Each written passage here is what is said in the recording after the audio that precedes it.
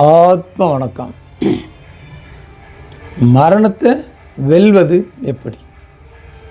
மரணத்தை வெல்றதுன்னா இந்த சூழ தேகம், இந்த உடம்போட நாம்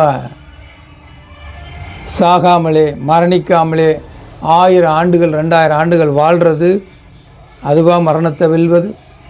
ஆனால் ஒரு யதார்த்த மனித வாழ்க்கையில் எப்படி இருக்கான் அப்படின்னா,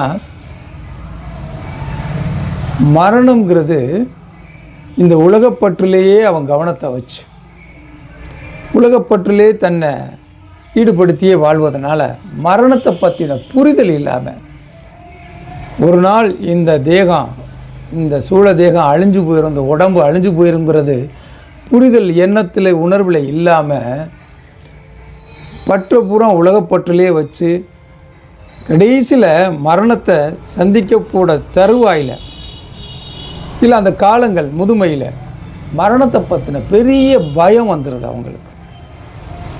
நித்தம் அந்த மரண பயத்தால் செத்து பிழைக்கிறாங்க. ஆனால் உண்மையாகவே ஒரு சித்தர் வழியில் ஒரு ஞான மார்க்கத்தில் வாழக்கூடிய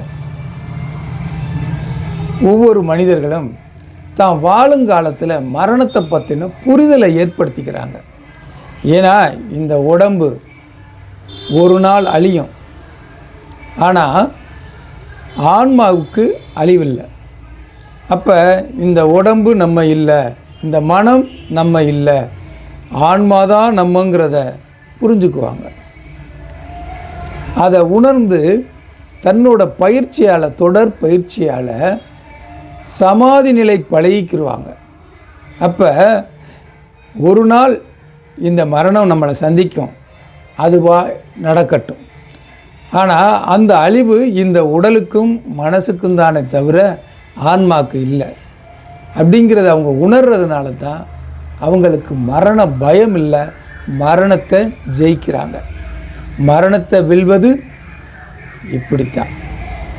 வாழுங்காலத்திலே தன்னையும் தன் ஆன்மாவை உணர்ந்துக்கணும். உடல் நாம் இல்லை, மனம் நம்ம இல்லை, ஆன்மாதான் நம்மங்கிற உணர்தலும் புரிதலும் இருந்தால் மரணத்தை ஜெயிக்கலாம். ஆத்ம வணக்கம்.